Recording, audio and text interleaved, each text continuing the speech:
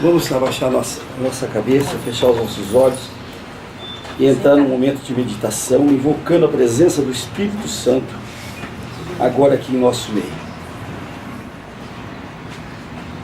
Espírito Santo de Deus, vem entrar agora em nosso meio, vem entrar dentro de nós, vem iluminar a nossa inteligência, o nosso entendimento, vem iluminar a nossa vida, para que nós possamos vencer os embates do mal.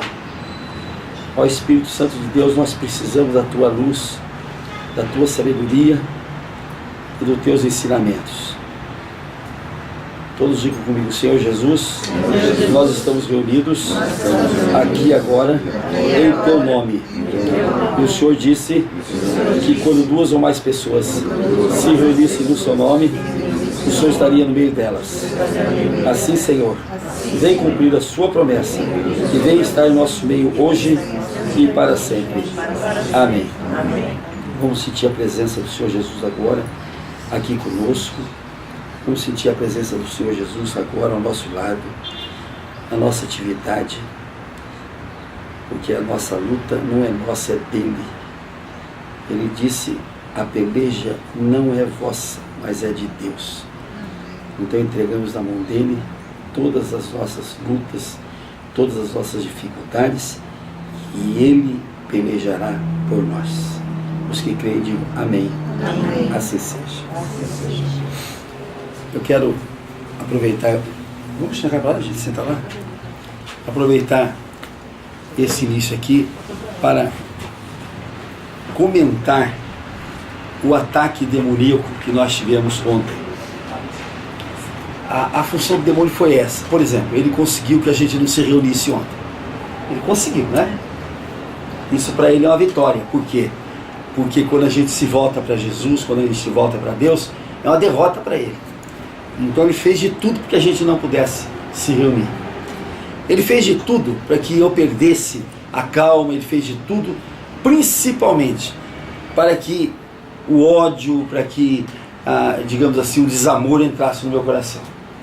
E com tudo que aconteceu, não entrou. Ontem eu tive um dos golpes mais ferozes da minha vida. Um homem que entrou no meu escritório com 17, 18 anos, 19 anos, trabalhou comigo todo esse tempo, 50 e tantos anos. Ele, da cabeça dele, ele fez uma traição. Ele entregou os meus bens, que estavam em nome dele, entregou tudo para os meus adversários. Era para eu estar louco, desesperado, para eu ter viajado lá, ir lá, bater nele, aquelas coisas todas que quando a gente é ímpio, vem na cabeça da gente, né? Mas não.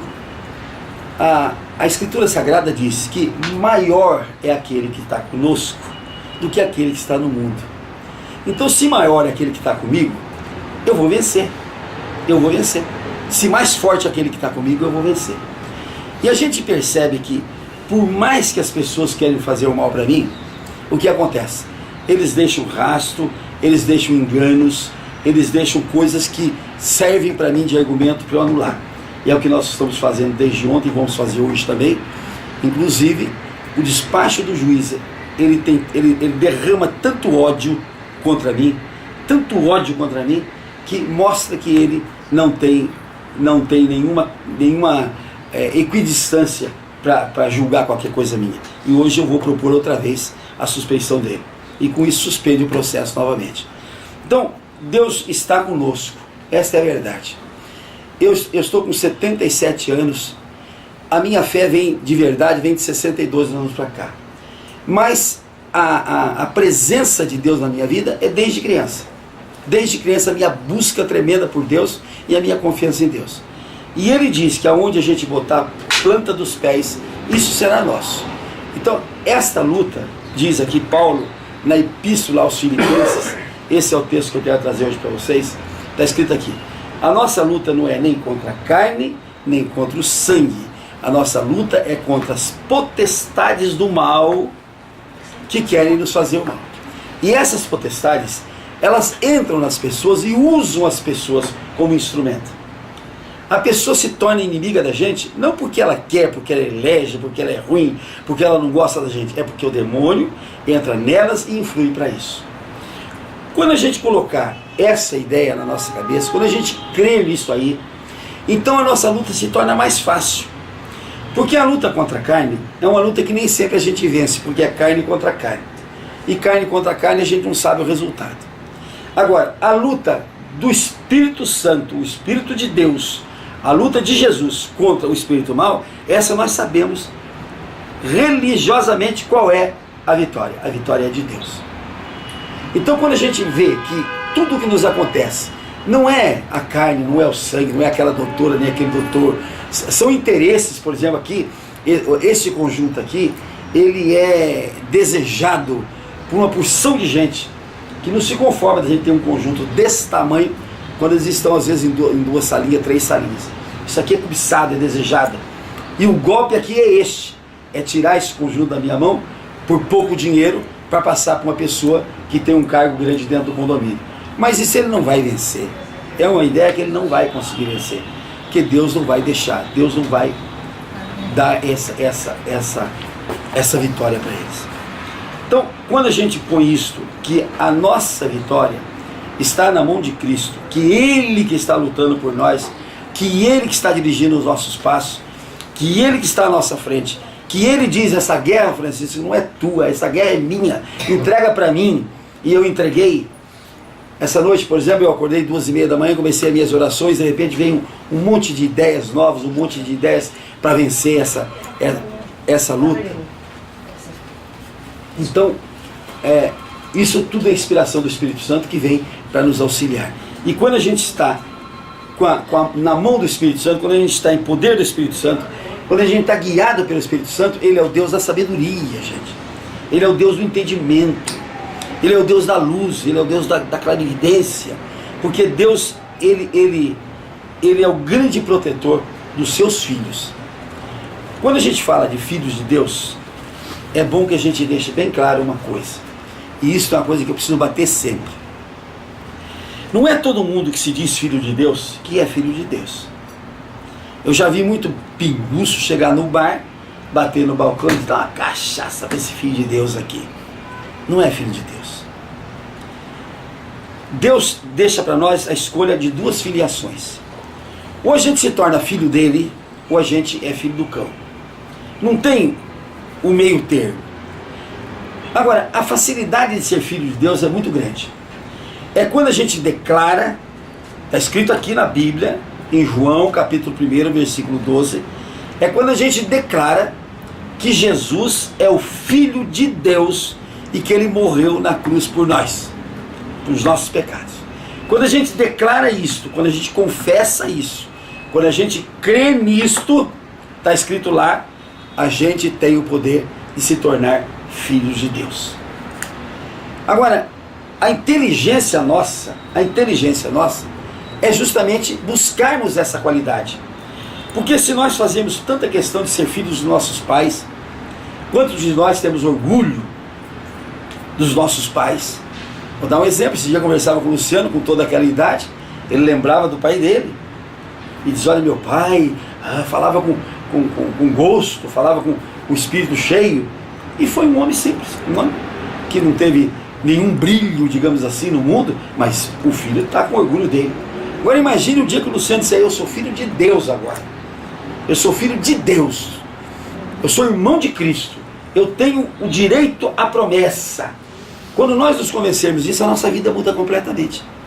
Agora, por que é que o mundo tem tanta dificuldade assim? É porque o povo tem dificuldade de se tornar filho de Deus. Primeiro que o povo não acredita, mas que jeito é você filho de Deus? Que é isso? A gente fala, a pessoa diz, mas será que Deus vai descer aqui para me dar o café, para me dar o almoço?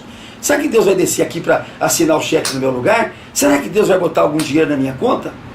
Quer dizer, quando a pessoa começa com essas perguntas cretinas, ela não acredita que ela possa ser filho de Deus. Mas nós temos de raciocinar assim. Quem é que me colocou neste mundo? Quem é que me fez? A Bíblia responde que é Deus que nos fez a cada um de nós. Aí a gente pergunta, mas por que o Senhor foi me inventar? Aí a Bíblia responde, para a honra e glória dele. Para a honra e glória dele. Então, se ele me fez para a honra e glória dele, qual é o desejo dele? Qual é a força dele? Qual é a ideia dele? É me tornar um filho vitorioso. Então, nós não podemos viver uma vida de derrota, gente. Nós não podemos viver uma vida de amargura, de depressão, de doença. Nós não podemos viver uma vida de pobreza, de miséria, de angústia. Nós não podemos viver essa vida. Ou nós somos filhos de Deus e temos direito à promessa dele e tomamos posse disso, ou então nós continuamos filhos do diabo e vamos ter doença, dor, amargura, tristeza, miséria, pobreza. Vamos ter tudo isso na nossa vida. Agora, é um gesto mínimo de inteligência a gente escolher a melhor parte. Nós pregamos outro dia aqui que Jesus estava junto com Maria e Marta ficava nos afazeres da casa, e Maria aos pés de Jesus. E Jesus disse: Maria escolheu a melhor parte. Então cabe a nós escolhermos a nossa melhor parte. E a nossa melhor parte é sermos filhos de Deus, sermos filhos da promessa, termos direito à promessa que Ele fez. E veja bem, a responsabilidade de Cristo é tão grande que no Salmo 23, que é o salmo que todo mundo conhece, o Senhor é o meu pastor e nada me faltará, essa é a primeira promessa. Quando eu ponho Jesus na minha vida como bom pastor, quando eu digo Jesus é o meu pastor, eu vou segui-lo, tudo que Ele me mandar fazer eu vou fazer, tudo que Ele me ensinar eu vou fazer. Quando a gente põe isso na nossa vida, a primeira promessa dele é esta: nada nos faltará. Agora, por que falta? Porque a gente não coloca Cristo como bom pastor, porque a gente quer buscar por nossa própria força, porque a gente quer buscar por nosso próprio dinamismo, porque a gente acredita que a gente é autossuficiente e não precisa de Deus. Imagine se eu vou precisar de Deus. E aí os problemas se avolumam na nossa vida. Por quê? Porque nós não buscamos a sabedoria do Espírito Santo. Então nós vivemos uma vida separada de Deus, não vivemos uma vida de filho de Deus. Ele disse: aquele que me colocar como seu pastor, nada vai faltar. Ele diz: vou levar a pastos verdejantes. O que é pasto verdejante na Bíblia? Porque nós somos comparados na Bíblia a ovelhas. A ovelhas. Nós somos, se Ele é o bom pastor, nós somos a ovelha dele. E como ovelha dele, Ele nos conduz a pastos verdejantes, pastos abundantes. Não é aquele pastinho micho que eu tenho lá na fazenda, umas vaquinhas morrendo em pé. Não, é pasto, é boca cheia. Essa é a segunda promessa. A terceira promessa: Ele nos leva às águas de repouso. O que é a água de repouso? É a força do Espírito Santo em nossa vida. Eu vou aconselhar vocês, a todo momento de angústia, de aflição, a todo momento de depressão, chame o Espírito Santo. E Espírito Santo, o Senhor está dentro de mim, vem agora me acudir. Vocês vão ver que paz, que repouso que o Espírito Santo vai trazer, que paz que Ele vai trazer. Ele fala para a gente: senta aqui, relaxa, eu vou conversar com você. Aí Ele diz assim: refrigera a minha alma. Gente, olha o que Deus faz: refrigerar a alma da gente, ou seja, tranquilizar o espírito da gente. É o que nós precisamos, é o que nós temos de ter, é essa paz, que qualquer que seja a guerra que nós vamos enfrentar, que qualquer que seja o inimigo que nós vamos enfrentar, é com calma que nós vamos enfrentar, com refrigério que nós vamos enfrentar. Essa é a quarta promessa. A quinta promessa, preste bem atenção: Ele nos conduzirá à senda da justiça. Ele nos conduzirá à senda da justiça, ou seja, a nossa vida será uma vida justa, porque Paulo nos ensina a viver. Ele nos mostra como nós temos de viver, em três situações: viver justamente, ou seja, viver com justiça para os nossos semelhantes, não fazer mal a ninguém, fazer bem a todo mundo que a gente pode fazer, viver uma vida de bem. Então isso é viver justamente. O segundo, Paulo diz, é viver sensatamente, ou seja, viver com sensatez, viver em paz consigo próprio, fazer aquilo que a nossa consciência manda fazer e não dormir com a consciência pesada. Hoje eu fiz o mal, hoje eu fiz coisa errada, hoje eu não fiz coisa certa. Então é viver sensatamente. É a segunda posição. Primeiro, com os nossos semelhantes. Segundo, com nós mesmos. E terceiro, ele diz, viver piedosamente, ou seja, viver ligados a Deus. Aí quando o Salmo 23 diz que a gente tem, que Ele vai nos conduzir para a senda da justiça, olha o que ele acrescenta: por honra do seu nome. Por honra do seu nome. Então, Jesus tem interesse de nos levar pela senda da justiça, não só para o nosso bem, mas muito mais por honra do nome dele. Muito mais por honra do nome dele. Porque um cristão que se diz cristão, que se mostra cristão, e está vivendo vergonhosamente, está envergonhando Cristo. Está envergonhando Cristo. Então ele diz assim: eu vou levar você para a senda da justiça em honra do meu nome, de Jesus. Então a preocupação dele é que ele seja honrado através da nossa vida. Ele quer que nós sejamos honrados através da vida dele, da nossa vida. Ele quer que ele vai ser honrado através da nossa vida. Então ele vai fazer com que nós vivamos dentro da senda da justiça. Essa é a quinta promessa. Agora veja a sexta e a sétima promessa. Ainda que você atravesse o vale da sombra da morte. Quer dizer, a pior situação que a pessoa pode ter é atravessando o vale da sombra da morte, ou seja, morrendo de doença, de dor, de enfermidade, etc. Ainda que você esteja nesse estado, o pior dos estados, está escrito assim: eu não temerei, porque Ele está comigo. Essa é a promessa dele, de não nos abandonar.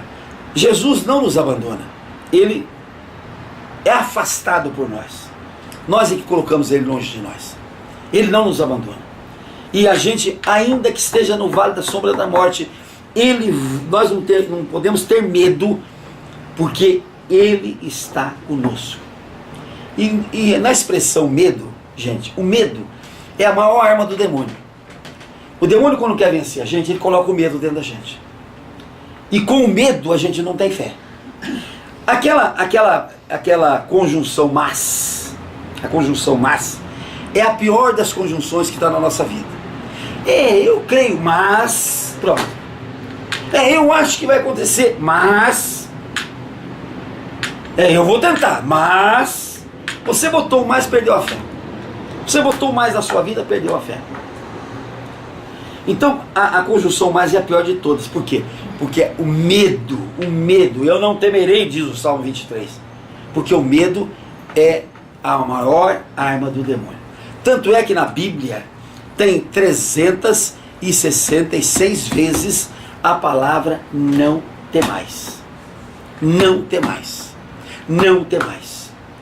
E eu quero trazer aqui uma das maiores expressões que está na Bíblia, que é quando Jairo, que tinha sua filha perdida na morte, ele sai em busca de Jesus.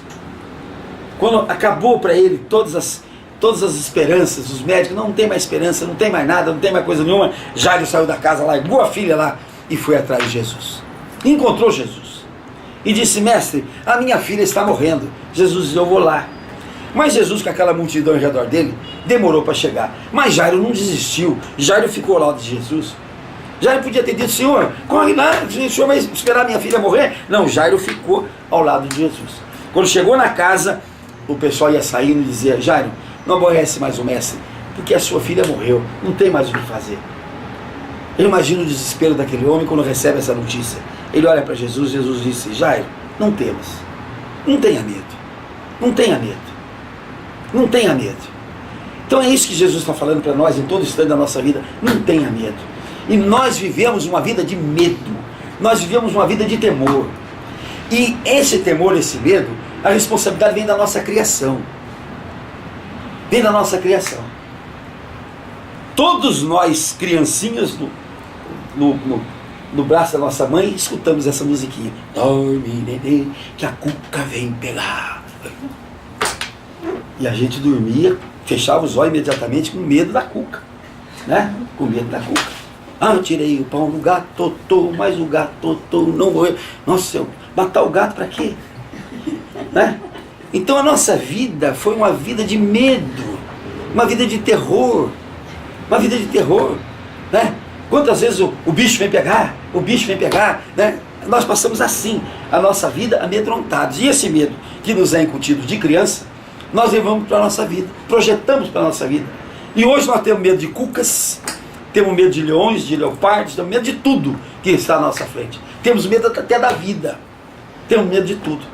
Mulher tem medo de marido, marido tem medo de mulher, pai tem medo de filho, filho tem medo de pai, patrão tem medo de empregado, empregado tem medo de patrão. Quer dizer, essa é a vida que nós estamos vivendo, medo de tudo, medo de tudo. Porque Os homens afastaram Deus do convívio deles. E o medo entrou em nós, porque é a maior arma que o demônio tem. Ele vai espalhar. É igual o demônio no medo, é igual o vendedor de amendoim na praia. Vocês já foram na praia, já viram como é que ele vende? Ele chega, joga 5 amendoinzinhos ali e vai para frente. Depois ele volta vendendo, porque ele sabe que quem comer aqueles 3 ou 4 grãozinhos de amendoim vai querer mais, né? Ainda que seja para ser educado, para não jogar fora o que ele deu. Então o demônio vai espalhando o medo e depois ele volta buscando o sucesso da desgraça dele. Então o medo é coisa terrível. Nós temos de afastar o medo, e convém a gente lembrar um outro episódio da Bíblia que nós devemos colocar no nosso coração.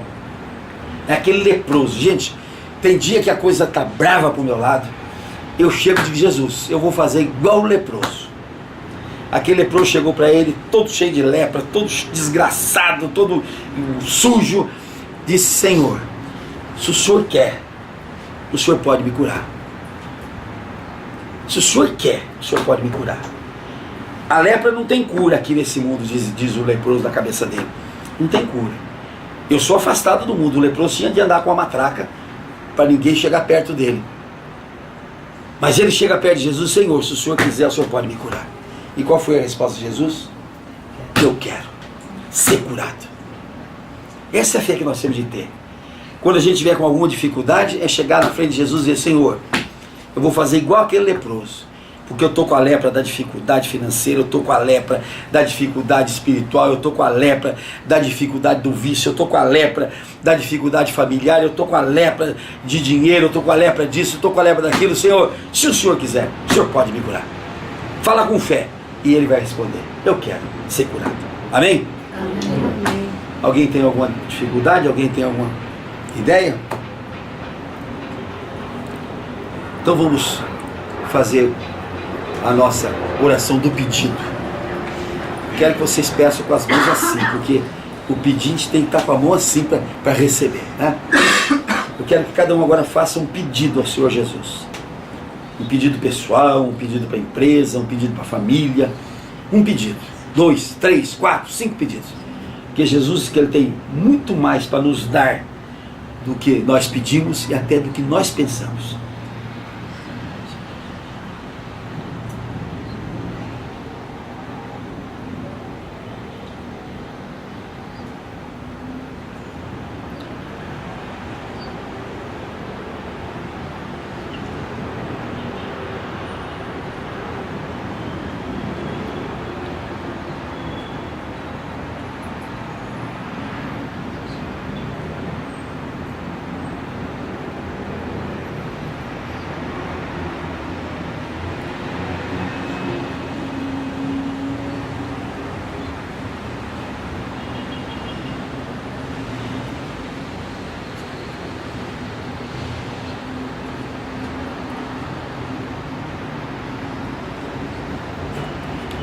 Digam todos comigo: Senhor Jesus, nós concordamos com todos os pedidos que foram feitos aqui, se forem para a honra e glória do Senhor Jesus e para o bem daqueles que pediram. Amém. Vamos orar ao Pai Nosso agora, com as mãos erguidas também. Pai nosso que estais no céu, santificado seja o teu nome, venha a nós o teu reino. Seja feita a tua vontade, assim na terra como nos céus. O pão nosso de cada dia nos dai hoje, e perdoa as nossas dívidas, assim como nós perdoamos aos nossos devedores. E não nos deixes cair em tentação, e nos livra, Senhor, de todo mal, porque teu, Senhor, é o reino, o poder, a honra e a glória, para todos sempre. Amém. Vamos aplaudir o Senhor Jesus. Vamos para a luta, né? Em nome de Jesus. Com fé, sem medo, né? Confiantes na vitória. Amém? Amém.